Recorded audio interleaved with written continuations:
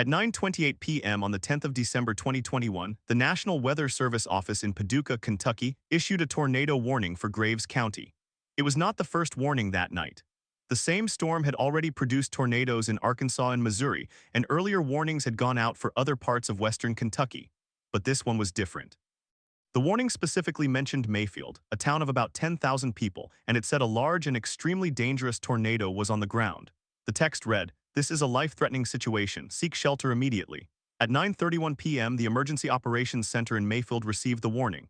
Inside the EOC, dispatchers began calling fire departments and police units. The county had a system of outdoor warning sirens, and they were activated.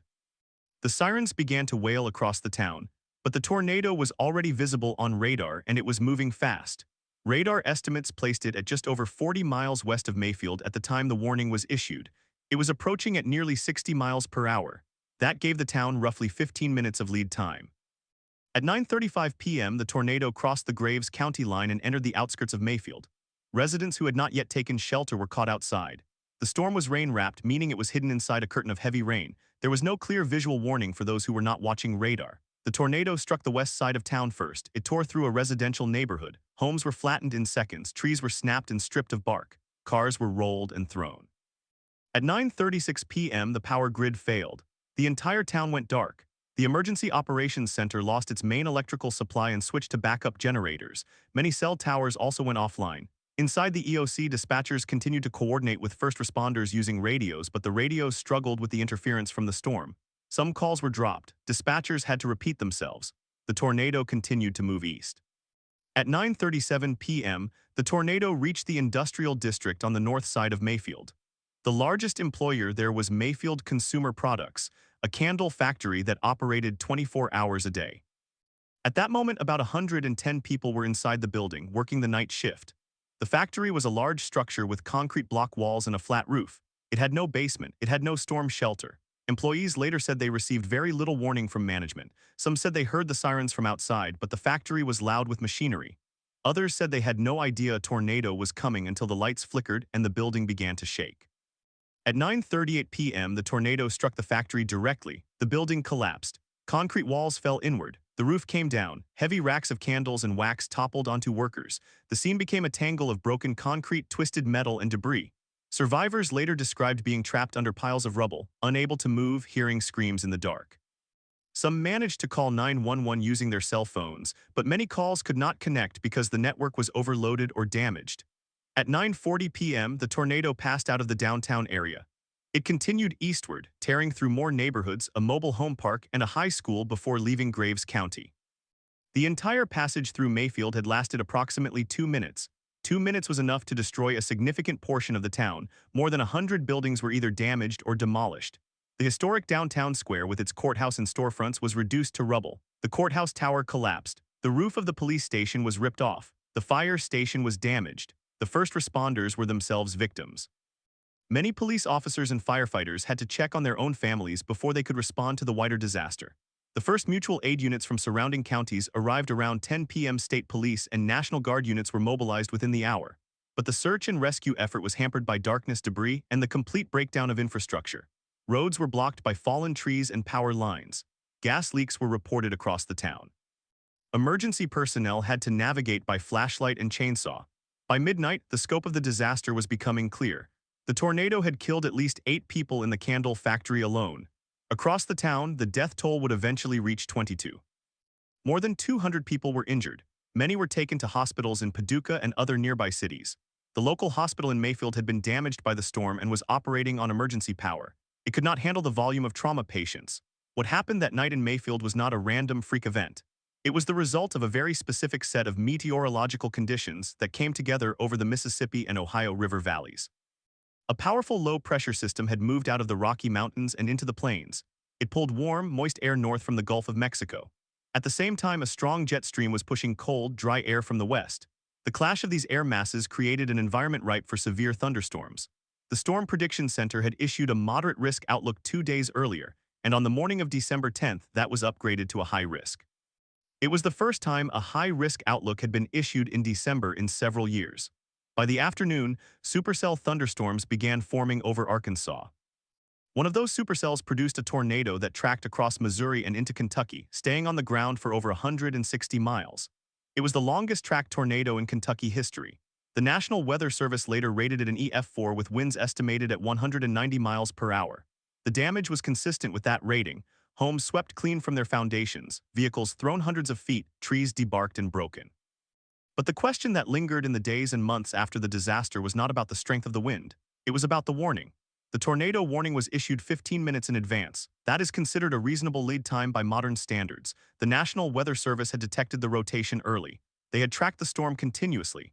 They had broadcast the warning over NOAA weather radio, over mobile phone apps, and through local media. The outdoor sirens had sounded. Yet many people did not take shelter. Some did not hear the warning at all. Others heard it but did not know what to do. A few believed they had time. Investigators from the National Weather Service, the Federal Emergency Management Agency, and the Occupational Safety and Health Administration all looked at the events leading up to the tornado. What they found were gaps in the protection chain. At the candle factory, OSHA later cited the company for failing to have a written emergency action plan and for not conducting regular tornado drills. The company argued that the tornado was a rare and unforeseeable event. But the Weather Service had been forecasting severe storms for days. The tornado warning was explicit. The siren was audible. The company did not stop production. Employees were not directed to shelter until the building was shaking. Other factors compounded the problem. Homes in Mayfield were primarily older structures without basements. The town had no community storm shelter large enough to hold a significant portion of the population. The few public shelters that existed were mostly in schools, but most were closed or locked after hours. Mobile homes in the surrounding area were particularly vulnerable. In Graves County, mobile homes make up about 15% of the housing stock. Those were flattened. Communication also broke down at a critical moment.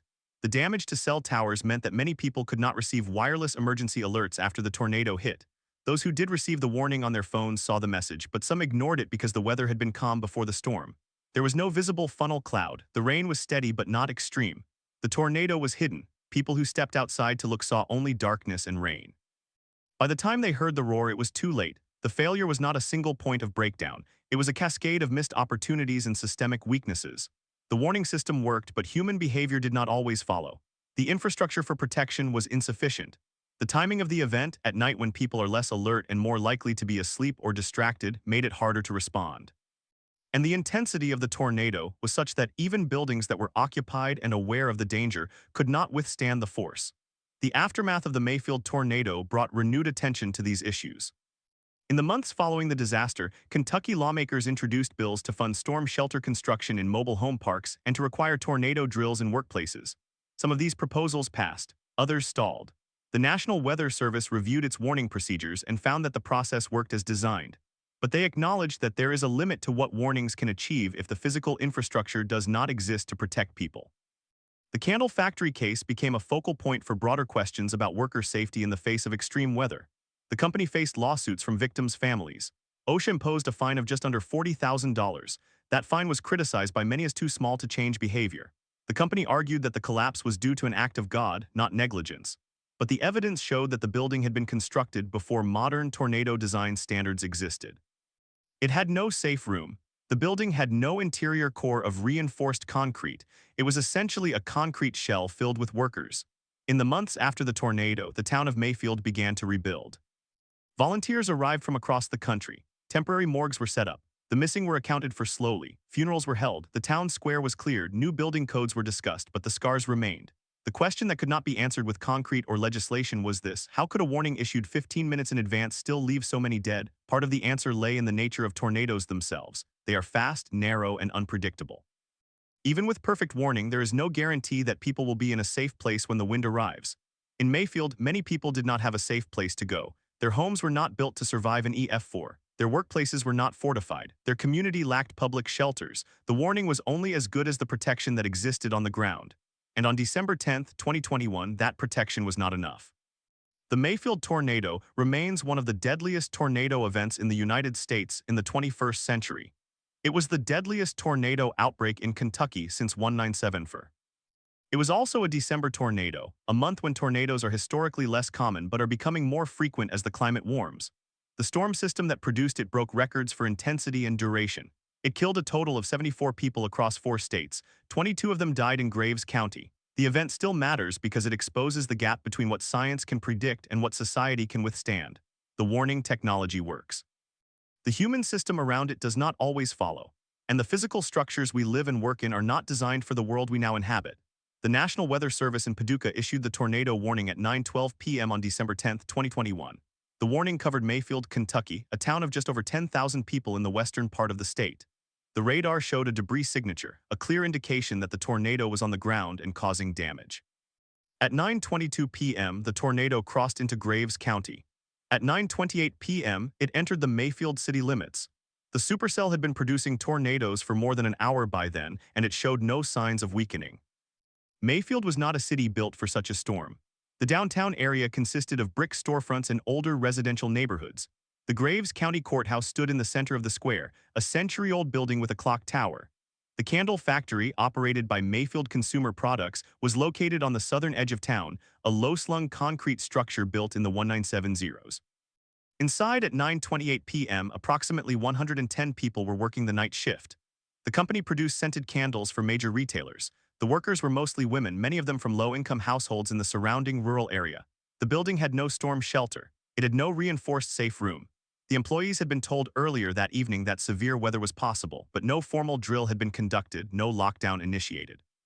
As the tornado approached, the wind outside picked up. The rain turned horizontal. Some workers later recalled seeing lightning flash green, a sign of hail. The sirens in town had sounded, but inside the factory, the noise of machinery and ventilation drowned them out. The first indication for many was the sudden change in air pressure, a feeling of the building shaking, a loud roar that grew quickly. One worker, a woman named Christina, told investigators that she looked up from her workstation and saw the far wall of the factory begin to peel away. She dove under a metal table. Another worker, a man named John, heard a coworker scream before the roof lifted. The building was not designed to withstand a direct hit from an EF4 tornado. The walls were concrete tilt-up panels, which are typically used for industrial buildings. They are strong enough for most weather events but are not anchored to the foundation with sufficient reinforcement to survive winds of nearly 200 miles per hour. When the tornado struck, the panels buckled inward. The roof lifted and collapsed. The floor above the production area gave way. The building collapsed in a matter of seconds. Survivors described being buried under debris, unable to breathe, calling out for help in the dark. The power was out. The cell phone service was disrupted. Those who could move began digging others out with their hands. The first rescuers arrived within minutes, but access was difficult because the roads were blocked with debris and downed power lines. At 9:35 p.m., the National Weather Service confirmed the tornado was on the ground in Mayfield. At 9:45 p.m., the storm continued northeast, moving toward Benton and Princeton. The tornado stayed on the ground for more than 2 hours, crossing into western Kentucky and eventually into Tennessee. By the time it dissipated over farmland near the town of Bremen, it had traveled more than 160 miles. The total path length would later be confirmed as 165.6 miles, the longest in Kentucky history, but the immediate concern was Mayfield. Within an hour of the tornado, emergency responders from multiple counties arrived. The Kentucky National Guard was activated. The governor declared a state of emergency. The Federal Emergency Management Agency began deploying teams. At the candle factory, rescue crews worked through the night, pulling survivors from the rubble with heavy equipment and by hand. Some victims were found still sitting at their workstations, their bodies buried under concrete. Others were found in the parking lot, thrown by the wind. 8 workers were confirmed dead that night. 2 more would die from injuries in the following days. The final death toll at the factory was 10. The questions began almost immediately. Why had the workers not been sent home? Why had the building not been designed to withstand a tornado? Why had the warning not been enough? The Occupational Safety and Health Administration opened an investigation. The National Weather Service sent a survey team to assess the damage. The media descended on Mayfield, cameras rolling as rescue crews worked in the rain. The remains of the factory were a pile of twisted metal and shattered concrete. A blue pickup truck was wedged into what had been the main entrance. Over the following week, investigators pieced together the timeline. They interviewed survivors. They reviewed company records. They looked at the meteorological data. What they found was a pattern of missed signals, not from the Weather Service, but from the company. The work shift had started at 6 p.m. At around 7 p.m., the National Weather Service issued a severe thunderstorm watch for the area. At 8 p.m., the watch was upgraded to a tornado watch. At 9 p.m., a severe thunderstorm warning was issued. At 9:12 p.m., the tornado warning was issued. Company employees later stated that they were aware of the warnings, but no one told them to stop working. The building had no designated shelter. Managers later claimed they were monitoring the weather on their phones, but the decision to continue production was not reversed until the building began to shake. One worker, a mother of three named Keisha, said that she saw the warning on her phone at 9:15 p.m. She told her supervisor she wanted to leave. He told her to stay because the storm would pass quickly. It did not pass. Keisha survived by hiding under a table. Two coworkers beside her did not. The OSHA investigation concluded that Mayfield Consumer Products had failed to provide a safe workplace. The company had no written emergency action plan as required under federal regulations. It had not conducted a single tornado drill in the decade before the storm. The building did not have a storm shelter or a designated safe area. OSHA cited the company for 3 serious violations and proposed a fine of $39,750. That amount was later negotiated down to roughly half. Families of the victims expressed outrage. A $40,000 fine, they argued, was a rounding error for a company that produced hundreds of millions of candles each year. A series of lawsuits followed. The company argued that the tornado was an act of God, an unforeseeable event that no reasonable employer could have planned for.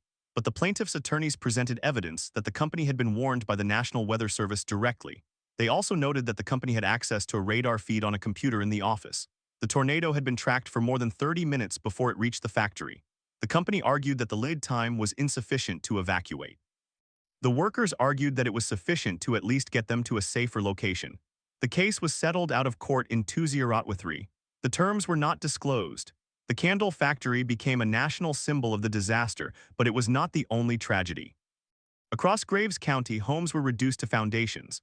Mobile homes were rolled into piles. Trees were shredded. Cars were overturned. The tornado was so powerful that it stripped bark from trees, a phenomenon only seen in the most violent tornadoes. The National Weather Service survey team found evidence of extreme wind speeds at several locations, consistent with an EF4 rating but close to the threshold for an EF5. One house in a rural area was swept completely clean, its concrete slab scraped bare. The occupants had huddled in a bathroom. They did not survive. The storm hit at night, and that made everything worse. Nighttime tornadoes are more deadly than daytime ones because people are less likely to see them coming, more likely to be asleep, less likely to hear sirens inside closed homes. In Mayfield, many residents did not hear the sirens because the sirens were designed to be heard outdoors, not inside buildings.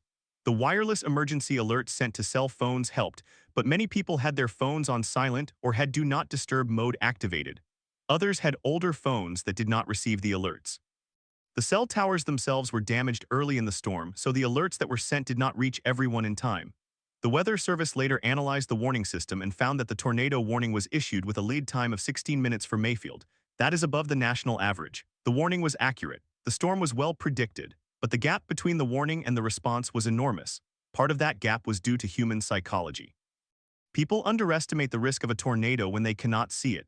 Part of it was due to infrastructure. There were not enough safe places to go, and part of it was due to economic conditions. Mayfield is a town with a poverty rate above 20%. Many residents cannot afford to build a tornado shelter or install a safe room. The local government had applied for federal grants to build public storm shelters, but the grant process was slow and competitive. At the time of the tornado, there was no community shelter in Mayfield large enough to hold the entire population. The schools had shelters, but the schools were closed after hours. The only public shelter in the county was at the fire station, which held about 50 people. That shelter was used by only a handful of people that night. In the weeks after the storm, the national conversation turned to the question of building codes. Kentucky does not have a statewide building code for residential construction. Many homes are built on slab foundations with no basement.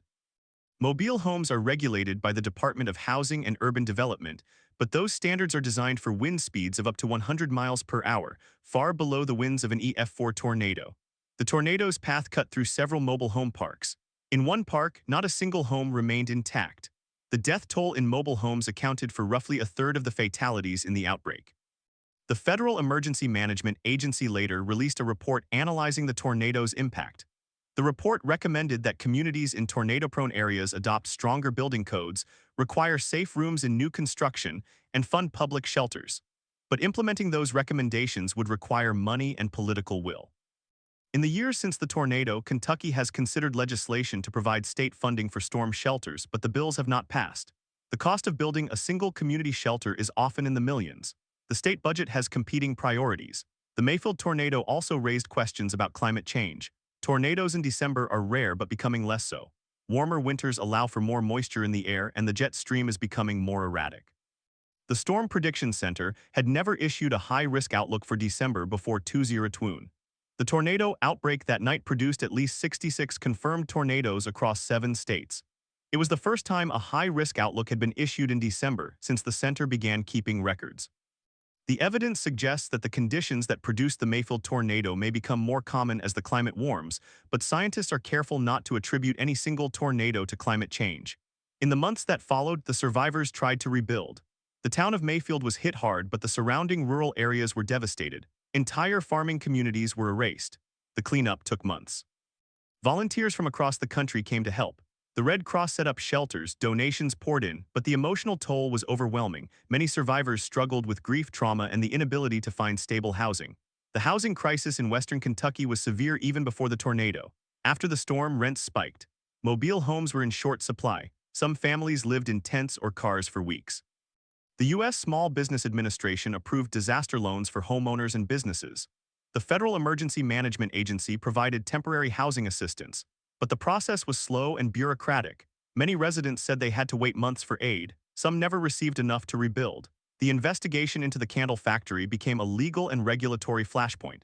The company initially denied any wrongdoing. Then, months after the disaster, it was revealed that the company had faced a previous OSHA citation for not having a written emergency action plan in 2005. That citation had been resolved with a small fine. The pattern suggested that the company did not prioritize worker safety even when there was no tornado warning. The fine from the 2021 incident, adjusted for inflation, was less than $50,000.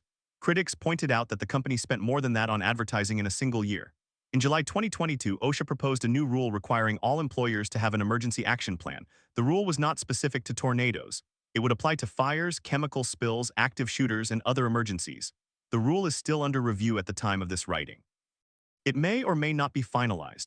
The Mayfield tornado remains a cautionary tale. It shows that even when technology works perfectly, the human system can fail. The warning was there, the science was accurate, the sirens sounded, but the buildings were not strong enough, the workers were not trained, the community had nowhere to go, and in the dark of a December night, the tornado came through without discrimination. The death toll in Graves County was 22. 22 people who had families, jobs, routines, plans for the weekend, children to pick up from school, debts to pay, dreams to chase. They were killed not by a surprise storm, but by a storm that was expected, predicted, tracked, and broadcast. They were killed because the gap between knowing danger and surviving danger was too wide to cross in 16 minutes. The story of the Mayfield tornado is not just a story of wind and weather. It is a story of choices. Choices made by companies, by governments, by individuals. It is a story of a society that has not yet built itself to match the world it lives in. The storms will keep coming. The warnings will keep improving. But until the shelters are built and the plans are written, until the drills are practiced and the systems are tested, the gap will remain. And every time a tornado outbreak occurs, another town will face the same question: was the warning enough? And the answer will be the same: it depends on what you have to withstand the wind. In the hours after the tornado passed, the search for survivors began in near total darkness. The power grid was down across the western half of Kentucky. Roads were blocked by debris, by overturned vehicles, by trees that had been stripped of their bark and snapped like matchsticks. Emergency responders from surrounding counties, from Tennessee, from Missouri, converged on Mayfield. They brought chainsaws, generators, thermal imaging cameras, search dogs, but the scale of the destruction was so complete that they could not immediately determine where to dig. Entire blocks of the town had been flattened. Street signs were gone. Landmarks were unrecognizable. The only way to navigate was by GPS coordinates and the memory of what used to be there. At the candle factory, the search was urgent. The building had collapsed into a heap of concrete, steel, and broken pallets. The warehouse section had been blown apart. The production area was a twisted mess. Rescue crews worked through the night, calling out for anyone who could hear them. At around 2 in the morning on December 11th, they found a pocket of survivors. A group of workers had taken shelter in a break room at the back of the building. That room had been partially protected by a stack of shipping containers which absorbed some of the force. 8 people were pulled from that room alive. They were dehydrated, bruised, terrified, but alive. By dawn, the rescue effort had turned into a recovery operation. The remaining walls of the factory were unstable. Heavy equipment had to be brought in to lift the debris. The search continued for days.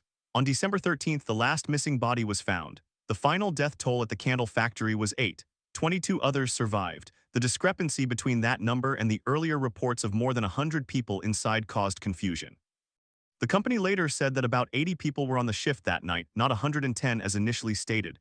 Some workers had left early, others had called in sick. The confusion about the headcount added to the chaos of the first hours. But the core question remained, why were workers not allowed to leave when the tornado warning was issued? The answer to that question became the subject of multiple investigations. The Kentucky Labor Cabinet opened an inquiry. The local prosecutor announced a review.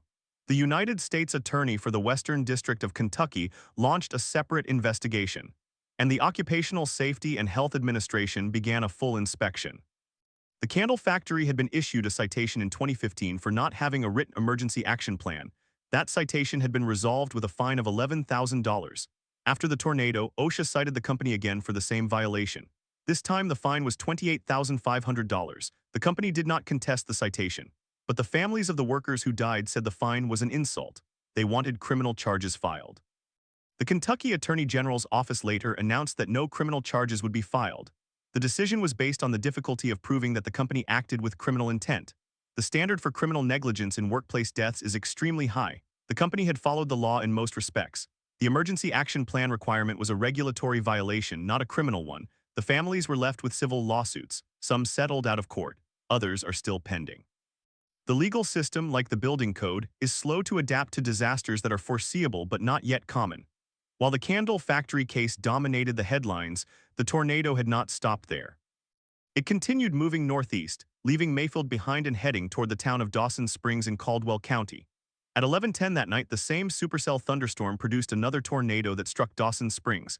That tornado was also rated EF4. It carved a path through the center of town, destroying more than 100 homes, the high school, the elementary school, the city hall, and the police station. The fire station was damaged. The water tower collapsed. The tornado ripped through a mobile home park near the lake. 12 people died in Caldwell County. In Dawson Springs itself, the death toll was 9. The town of Dawson Springs had a population of about 2,700. It was a close community where everyone knew everyone. The warning lead time there was similar to Mayfield, about 15 minutes, but Dawson Springs had no public storm shelter either. The town had applied for a federal emergency management agency grant to build a shelter years earlier. The application was denied. The town could not afford to build one on its own. When the tornado came, residents took cover in basements if they had them, in interior bathrooms, in bathtubs, under mattresses. Those who lived in mobile homes had to drive to a relative's house or a church. Some did not make it in time. The tornado continued its path, crossing into southern Illinois and then into western Indiana. By the time it dissipated, it had been on the ground for over 250 miles, one of the longest continuous tornado tracks on record. It was not a single tornado the entire way. The storm cycled through several separate tornadoes, but the same supercell thunderstorm remained organized for 7 hours, spawning tornado after tornado. The Storm Prediction Center would later classify this outbreak as a historic event. It was the deadliest December tornado outbreak in United States history. The final death count was 89 across 7 states. The next day, December 11th, the sun rose over a landscape that looked like a war zone. In Mayfield, the courthouse lost its steeple. The downtown area was reduced to rubble. The historic buildings that had stood for more than a century were gone. The candle factory was a parking lot of debris. The neighborhoods to the north and west were unrecognizable. The tornado had missed the hospital by less than a quarter of a mile. It had missed the main water treatment plant by a similar distance. Had those been hit, the death toll could have been even higher. Governor Andy Beshear declared a state of emergency and requested a federal disaster declaration. President Joe Biden approved the request within days. The Federal Emergency Management Agency set up disaster recovery centers in the affected counties. The National Guard was deployed to help with debris removal and security. The American Red Cross established shelters in gymnasiums and churches, but the need was overwhelming. Thousands of people were suddenly homeless. The temperatures were dropping into the 20s at night. Many survivors had no winter clothing, no food, no water, no heat. The communities that had been most affected were also the poorest. They had fewer resources to fall back on.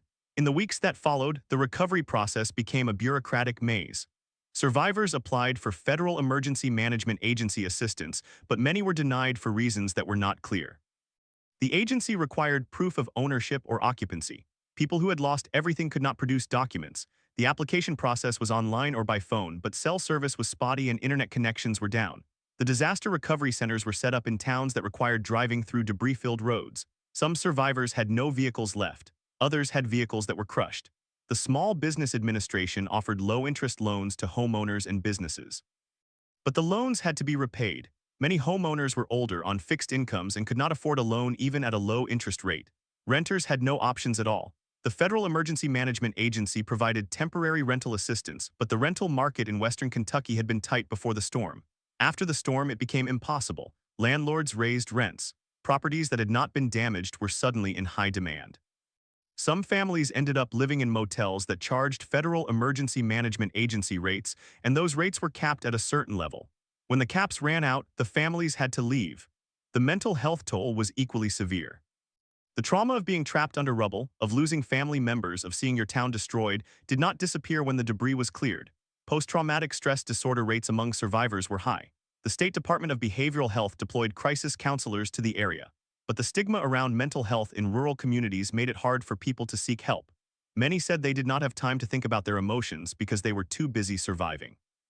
They had to find housing, file insurance claims, deal with contractors, get their children back in school. The emotional work was postponed, sometimes indefinitely. The schools in Mayfield and Dawson Springs were damaged or destroyed. Students were relocated to neighboring districts. Buses had to travel longer routes. The school year was disrupted for months. Teachers had to work in temporary classrooms. The children had lost homes, pets, friends. They had seen things that no child should see. The school counselors were overwhelmed. The state provided additional funding for mental health services in schools, but the funding was temporary. When it ran out, the counselors had to be reassigned. In the spring of 2022, the National Weather Service released its final report on the tornado outbreak. The report confirmed that the forecasting had been excellent. The Storm Prediction Center had issued the high-risk outlook 2 days in advance. The local National Weather Service office in Paducah had issued the tornado warning with a lead time of 16 minutes for Mayfield. The warning was specific, calling the tornado a confirmed large and extremely dangerous tornado with a path heading directly toward Mayfield. The wording was urgent. "This is a life-threatening situation," the warning said. "You are in the path of this tornado. Take cover now." But the report also noted the limitations of warning systems. The outdoor sirens were effective for people who were outside, but not for those indoors. The wireless emergency alerts reached many phones, but not all. The report recommended that communities invest in indoor alert systems, such as weather radios or smartphone apps that override silent mode. It also recommended that businesses develop and practice emergency plans, especially for night shifts. The report did not assign blame. It simply stated the facts. The question that lingered was how to close the gap between warning and survival. The technological part of the problem had been solved. The human part had not. People did not react the way the forecasters assumed they would. Some did not believe the warning was real. Some were afraid of losing their jobs if they left early. Some had no safe place to go. Some tried to ride out the storm in structures that could not withstand the wind. The system assumed that if you warned people, they would act. But behavior is not automatic. It depends on past experience, on trust in authorities, on the perceived cost of action, on the availability of a safe option. In the years since the Mayfield tornado, the conversation about building codes and safe rooms has continued, but progress has been slow. The state of Kentucky created a task force on disaster preparedness after the tornado. The task force recommended a statewide building code for residential construction, especially for mobile homes. It also recommended a grant program for storm shelters in underserved communities. But implementing those recommendations required legislation, and legislation required funding. The state legislature debated several bills in 2022 and 2023. Some passed, but the funding was never fully allocated. A bill to provide $5 million for storm shelters was reduced to $1 million. The $1 million was still a help, but it was not enough to cover the need across the entire state. In Mayfield, a new community shelter was built with funds from a combination of federal grants and private donations. The shelter is located near the courthouse and can hold about 300 people. It is a concrete structure designed to withstand an EF5 tornado. It opened in late 2023. But 300 people is a small fraction of the town's population of 10,000. The shelter is a start, but it is not a solution. The candle factory was rebuilt in a different location. The new building is constructed to meet current building codes for wind resistance. The company also implemented a new emergency action plan. Workers are now required to participate in drills. The policy for early dismissal during severe weather has been clarified. Supervisors are allowed to release workers when a tornado warning is issued. But the company did not voluntarily adopt these changes. They were required by OSHA as part of the settlement. The families of the dead workers say the changes came too late. The broader pattern is clear. Disasters like the Mayfield tornado expose the gaps in a system that is built for normal times. When the abnormal becomes the new normal, the system must adapt. The science of severe weather is advancing faster than the infrastructure of safety. The warnings are getting better. But the buildings, the regulations, the poverty, the psychology, the economics, the culture of work, the trust in government, all of those are lagging behind. The tornado outbreak of December 2021 was not an anomaly, it was a preview. The same conditions that produced it are becoming more common. The jet stream is behaving differently. The Gulf of Mexico is warmer. The storms that form are stronger. The season for tornadoes is expanding into December, January, and February. The places that were historically safe from tornadoes are now at risk. The places that have always been at risk are now facing storms of greater intensity. The memory of the Mayfield tornado is still fresh. The survivors carry it with them. The town is rebuilding, but it is not the same. The scars are visible in the empty lots, in the new buildings that stand out from the old ones, in the faces of the people who lost everything. The recovery will take decades. Some people will never recover. In the documentary style of this story, the facts speak for themselves. The irony is that the warnings were perfect, but perfection in forecasting is not enough. It is only half the equation. The other half is what people do with the warning. And what people do depends on what they have, what they know, and what they fear. The Mayfield tornado taught a hard lesson, that even the best forecast in the world is useless if the people hearing it have no place to go. The National Weather Service report was not the end of the story. It was the beginning of a longer, more difficult conversation about what it means to be safe in a world where the weather is no longer predictable in the old ways. The tornado outbreak of December 2021 did not happen in a vacuum. It happened because the conditions were right, but the conditions had been shifting for years. The science community had been warning that tornado season was expanding. The data showed that the traditional boundaries of Tornado Alley were moving eastward. The Southeast and the Ohio Valley were seeing more tornadoes than they used to. The storms were hitting at night more often. They were hitting in winter. The systems that had been designed for a different climate were now being tested beyond their limits. In the months after the Mayfield tornado, climatologists and meteorologists published several studies examining the factors that contributed to the outbreak. They found that the atmosphere on the night of December 10, 2021 was unusually energized. The jet stream was positioned in a way that allowed a strong low-pressure system to pull warm, moist air from the Gulf of Mexico northward. The moisture collided with a powerful cold front coming from the west. The result was a line of supercell thunderstorms that produced tornadoes for more than 300 miles. The storms did not dissipate. They strengthened as they moved east because the instability in the atmosphere was replenished by the warm Gulf air. It was not a typical outbreak. It was a long-track outbreak with multiple violent tornadoes. One of those storms stayed on the ground for over 160 miles. That is rare, very rare.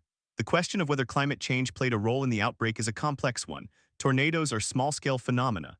Climate models are better at predicting large-scale patterns. But the evidence is building that a warmer atmosphere can hold more moisture and that more moisture can fuel stronger storms. The winter of 2021 was warmer than average across much of the United States. The Gulf of Mexico was warmer than average. The combination of heat and moisture created a more volatile environment. Scientists are careful not to attribute any single event to climate change, but they are not cautious about the trend. The trend is clear. The number of days with conditions favorable for severe thunderstorms is increasing in the eastern United States. The risk is migrating. The warning systems must migrate with it. In Kentucky, the Task Force on Disaster Preparedness produced its final report in the summer of 2020. The report was detailed. It listed specific recommendations for improving resilience. One of the most important recommendations was the creation of a statewide building code. Kentucky did not have a mandatory building code for residential construction. Each county could adopt its own code or none at all. Many rural counties had no code. The result was that homes and businesses were built to the minimum standard, which was often no standard at all. Mobile homes, which are especially vulnerable to high winds, were not subject to the same regulations as site-built homes. The task force recommended that mobile homes be required to have tie-downs and that new mobile home parks be required to include a community storm shelter. That recommendation was not adopted. The task force also recommended a grant program for storm shelters. The idea was to provide funding for shelters in areas where people could not afford to build their own. The program was created, but the funding was limited. In the first year, the state allocated $1 million for the program. That money was distributed to counties based on population and need. The counties then used the money to build shelters or to provide rebates to individuals who installed shelters.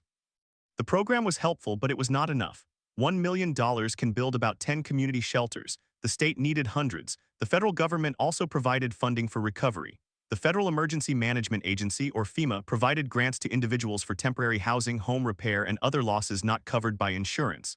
The money was distributed through the Individual Assistance Program, but the program had limits. The maximum grant for housing assistance was $34,000. That was not enough to rebuild a house that had been destroyed. Many families had to take out loans from the Small Business Administration. The loans had low interest rates, but they still had to be repaid. For families who had lost everything, the debt was a heavy burden. The state of Kentucky also received Community Development Block Grant funds from the Department of Housing and Urban Development. Those funds were used for long-term recovery projects, such as rebuilding infrastructure, providing affordable housing, and supporting economic development. The process was slow. It took more than a year for the money to reach the communities. By that time, some families had already left. They could not wait. They moved to other towns or other states. The population of Mayfield dropped by about 5% in the year after the tornado. The town lost residents, but it also lost businesses, tax revenue, and social cohesion. The candle factory that had been destroyed was rebuilt in a different location, as mentioned earlier. But the new building, while stronger, was not the only change. The company implemented a company-wide policy for severe weather. The policy required all plants to have a designated shelter area. It required drills twice a year. It required that a manager be designated as the weather safety officer. The policy was based on the recommendations of OSHA, but it was also influenced by the lawsuits filed by the families of the workers who died. The lawsuits were settled out of court in 2003. The terms of the settlement were confidential, but the families said they were satisfied with the outcome. They had achieved some measure of justice, but they could not bring back their loved ones. The legal aftermath of the Mayfield tornado was not limited to the candle factory.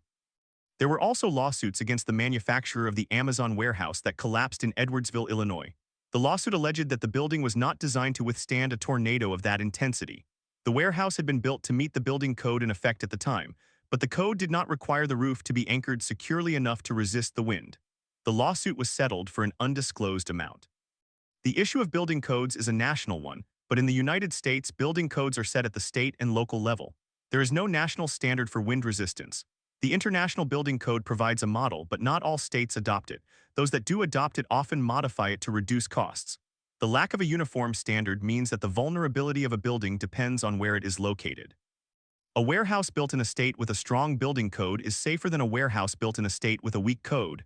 But the tornado does not respect state lines. It does not care about the code. The wind is indifferent. The only way to reduce the risk is to build to a higher standard everywhere. But that costs money, and money is always an obstacle in the political debate about safety. In the realm of public health, the mental health effects of the tornado continued to manifest for years. Studies conducted by researchers at the University of Kentucky found that rates of depression and anxiety among tornado survivors were significantly higher than the general population. The researchers also found that the rates were higher among those who had lost family members or who had been injured in the storm.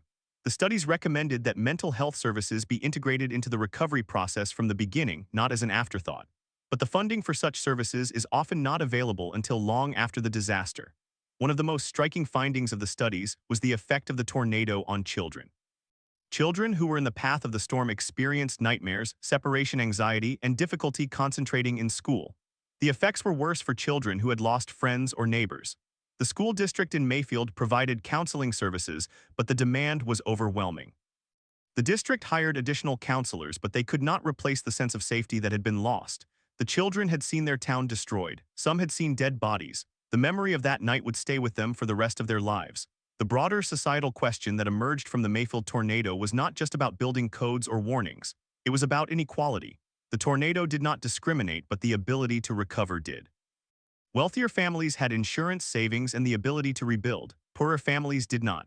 The gap between the rich and the poor in Mayfield was already large before the storm. After the storm, the gap grew larger. The rich could move to a new house or build a new house. The poor had to rely on government assistance, which was slow and insufficient. The poor also had fewer resources to cope with the mental health effects. They could not afford a therapist.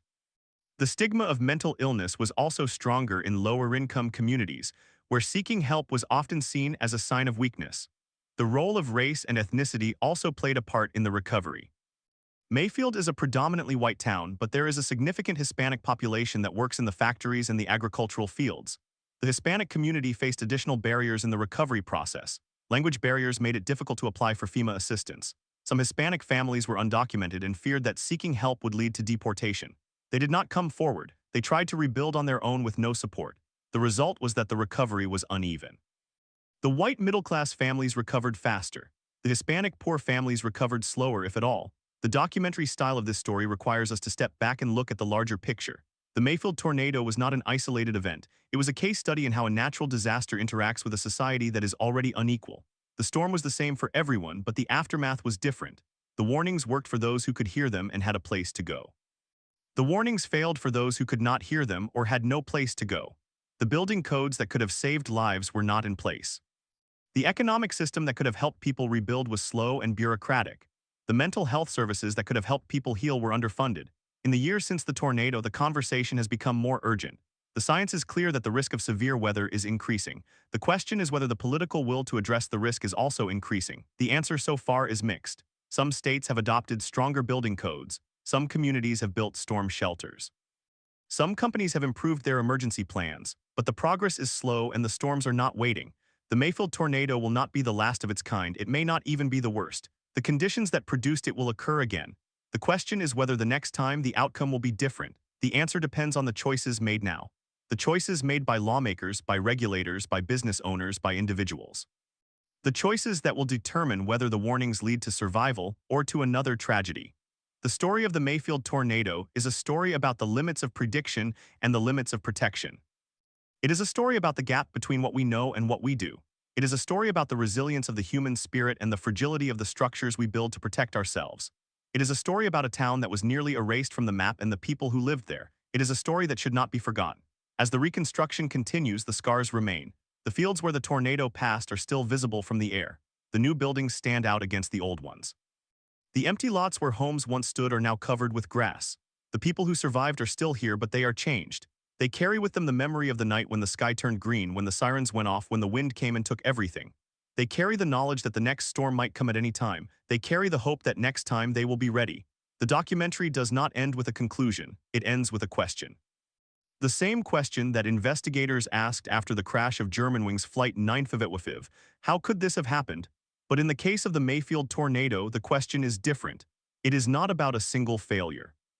It is about a system of failures, and the answer is not simple. The answer is that the system failed because it was not designed for the world it now faces. The system must change. The question is whether it will change fast enough. In the night of December 10, 2021, the storm was unstoppable. The wind was beyond human control, but the deaths were not inevitable. Many of them were preventable. The cause of those deaths was not the tornado. The cause was the poverty, the lack of warning, the lack of shelter, the lack of building codes, the lack of a safety culture. The tornado was the instrument, the tragedy was the system, and that is the lesson of the Mayfield tornado. It is not just about the storm, it is about us. At 9:28 p.m. on December 10, 2021, the National Weather Service office in Paducah issued a tornado emergency for Mayfield. A tornado emergency is the highest level of warning. It means a confirmed violent tornado is on the ground and heading toward a populated area. The message was transmitted through the wireless emergency alert system to every compatible phone in the warning polygon. But many phones in Mayfield did not sound the alert. Some residents reported that their phones remained silent. Others said they received the alert only after the tornado had already passed. The Federal Communications Commission later opened an investigation into why the alert failed for so many users. The cause, according to preliminary reports, may have been a combination of cell tower congestion, software filtering by carriers, and the fact that the polygon used for the alert did not perfectly align with the area where the tornado struck. For those who did receive the alert, the lead time was roughly 15 minutes. For those who did not, there was no warning at all. Inside the Mayfield Consumer Products candle factory on the north side of town, the shift change had just occurred. Approximately 100 workers were on the floor, many of them part-time and temporary employees recruited through staffing agencies. The company had a severe weather safety plan, but the designated shelter area was a break room in a part of the building that was not structurally reinforced. When the tornado struck at 9:45 p.m., the building collapsed. Workers later described a sudden roar, then darkness, then the weight of concrete and steel. Rescuers arrived within minutes, but the debris was deep and tangled. The final death toll at the factory was 8, though some workers initially feared it would be much higher. Investigations by the Kentucky Labor Cabinet and federal OSHA later examined whether the plant should have had a hardened storm shelter, whether workers were allowed to leave the premises before the tornado arrived, and whether the company had acted appropriately when the warning was issued. Lawsuits followed. The company argued that it had followed the guidance of the National Weather Service. The workers' families argued that the plan was insufficient. The case highlighted a gap between the existence of a safety plan and the actual survivability of that plan. Just a few blocks away at the Mayfield Graves County High School, the building had been designated as a community storm shelter. On the night of the tornado, it served that role. Roughly 200 people rode out the storm in its hallways. The school was built to withstand an EF3 tornado. The tornado that hit was an EF4, but the building held. The interior walls did not collapse. The The roof stayed on. People emerged to find the rest of the town destroyed, but they were unharmed. That building had been constructed with federal grant money that required strict adherence to FEMA's safe storm shelter standards. The cost was higher than a standard school, but the life saved were real. The contrast between the school and the factory was stark. Both buildings were in the same town, both were subject to the same wind. One was built to survive. The other was not. The question that lingers after the Mayfield tornado is not whether more could have been done. It is why the things that could have been done were not done sooner. The technology for tornado warnings exists. The engineering for safe buildings exists. The funding mechanisms exist. What has been missing is the collective will to treat tornado safety as a non-negotiable priority. The storm was a force of nature. The deaths were a product of human choices. In the end, the documentary of the Mayfield tornado is not a story about a storm. It is a story about the gap between what we know how to do and what we choose to do. That gap remains open, and the next storm is coming.